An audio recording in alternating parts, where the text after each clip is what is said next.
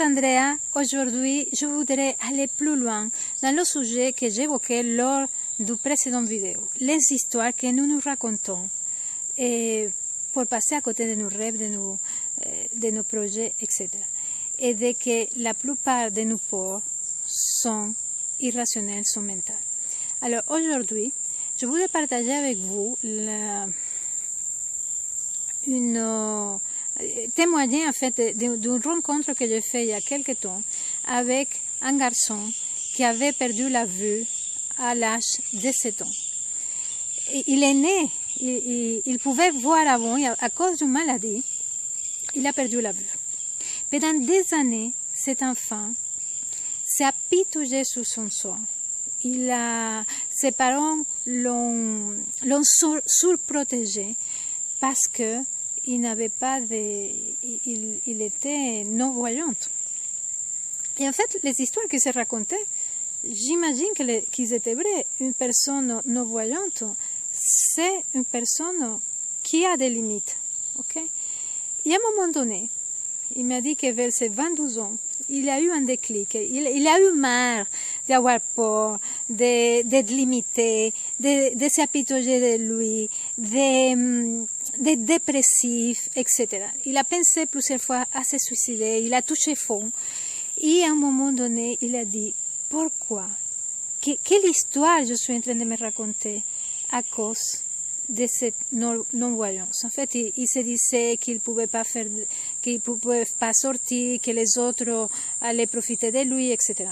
Et en fait, il s'est posé une autre question. Comment ma non-voyante peut être un avantage? Et en fait, il a pris la décision, à partir de ce jour-là, de profiter en fait de quelque part des bons côtés de son handicap. Et il a commencé à faire des sports. Il a fini dans les Jeux paralympiques qui sont dédiés aux personnes avec des difficultés physiques.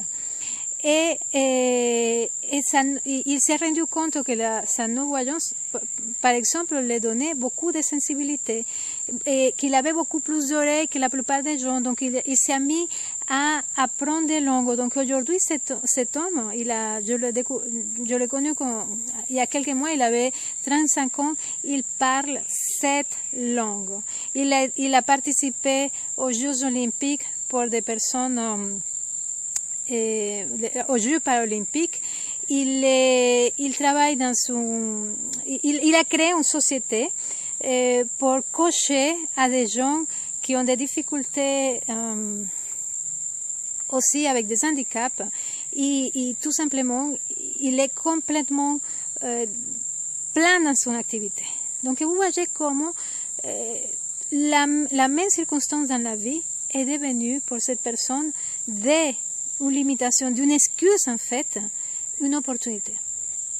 Alors moi je vais témoigner aussi parce que pendant des années, mon accent, c'était quelque chose qui me complexait beaucoup. Quand j'ai commencé à faire des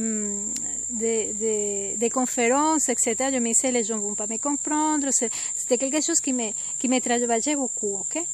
Et il y a des gens qui m'ont dit de mettre des sous-titres dans mes vidéos.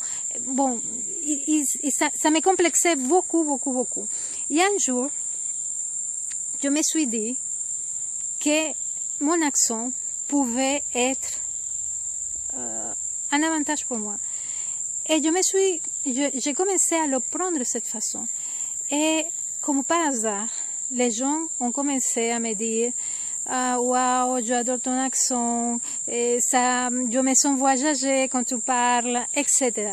Mais ça, j'ai vu clairement comme le moment où j'ai décidé que mon accent était un avantage, comment ça a changé. Et que le regard, en fait, que j'ai sur mon accent a changé aussi. C'est vrai qu'il y a encore des gens qui ont du mal, qui me disent: ah, je te comprends pas, etc. Mais ça me cause pas la même chose que ça me causait avant. Je dis, bon, écoute, dommage, mais pas plus que ça. Et j'ai vu, en fait, le changement. je vous pose la question. L'histoire, comment ce que vous êtes en train de raconter aujourd'hui à propos de vous, qui vous déconnecte de la confiance en vous, peut être un avantage. Est-ce que ce que vous êtes en train de vous raconter aujourd'hui est une excuse? Est-ce que ce que vous racontez aujourd'hui est tout simplement une manière de